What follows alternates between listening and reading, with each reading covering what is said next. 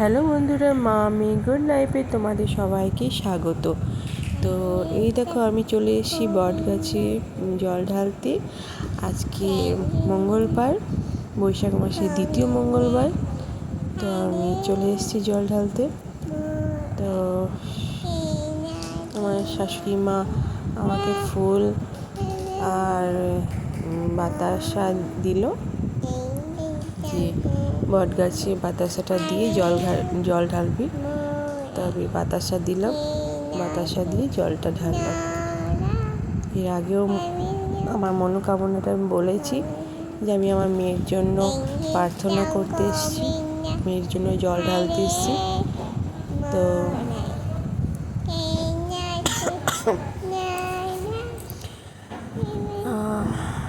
জানি না কতটা কী করবে ভগবান, কিন্তু ভগবানকে ডাকা ছাড়া তার কোনো উপায় নেই আমার।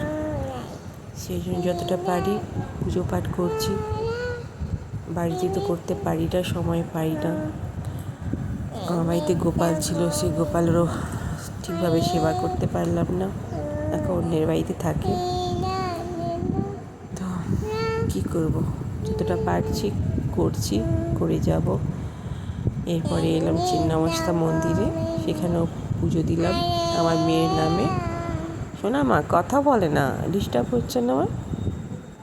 চিন্নামস্তা মন্দিরে পুজো দিয়ে বেরিয়ে পড়লাম। তো এইভাবে মঙ্গলবার দিনটা কাটালাম। তারপরে এসে মন্দির থেকে এসে জলখাবার খেয়ে এই যে মেয়েকে আমার তেল মাখানো আর ব্যায়াম করানো শুরু হলো। তো মেয়েকে তেল মাখিয়ে ব্যায়াম করালাম, তারপর কিছুক্ষণ পর ওকে স্নান করাবো। তো এইভাবে সময় কাটলো আজ। বিকেলে আবার সেই রুটিন, হনুমাকে ব্যায়াম করাতে, আমার ফিজিওথেরাপি করাতে আসবে, সন্ধ্যে 7টার সময় আসে। আর এই আবার একই ডিউটি।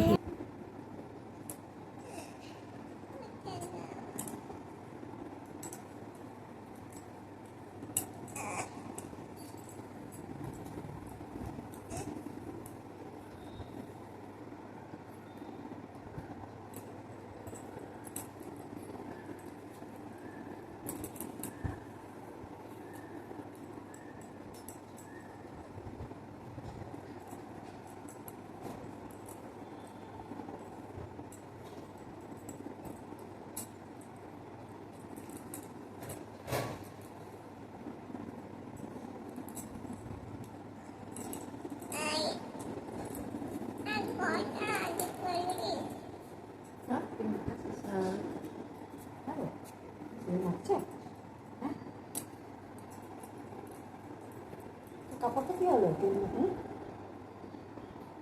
হ্যাঁ, কোথায় রাখলাম কি জানি। পরিষ্কার বাড়িতে বানাই না, পিঠে এখন দিইনি, বের করি কোথায় রাখলাম।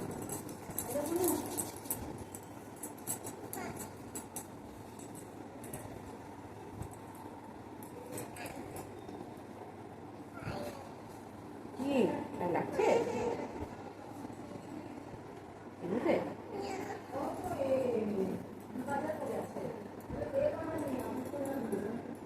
মা, ও মা, পুষ্কু বলছে পায়ে লাগছে, পায়ে লাগছে, পায়ে লাগছে, ও শেষ আসছে না ওই কি বলছে জুতোটা পরানো হয়েছে, কালকে ব্যায়াম করেছে তো জোরে জোরে।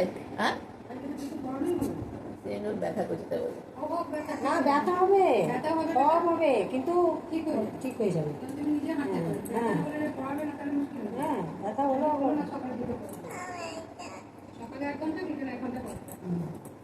আজকে যখন করাবে তখন এ করে নিস, মোবাইলে উঠিয়ে নিস কী করে করছে। হ্যাঁ, জিজ্ঞেস করে নিতে হবে এই মোবাইলে তুলবো কি না। আমি আপনার করার পরে তো আমি করবো, বলেছে তো করতে না রে। আমাকে বসিয়ে রাখতে বলে যে আপনি বসে বসে বসে দেখুন, তাই বলি। হ্যাঁ, তারপরে যে আমার তো মনে থাকে না, আমি উঠিয়ে নিই। আমি টিপছি না তো, ব্যথা কেন করবে?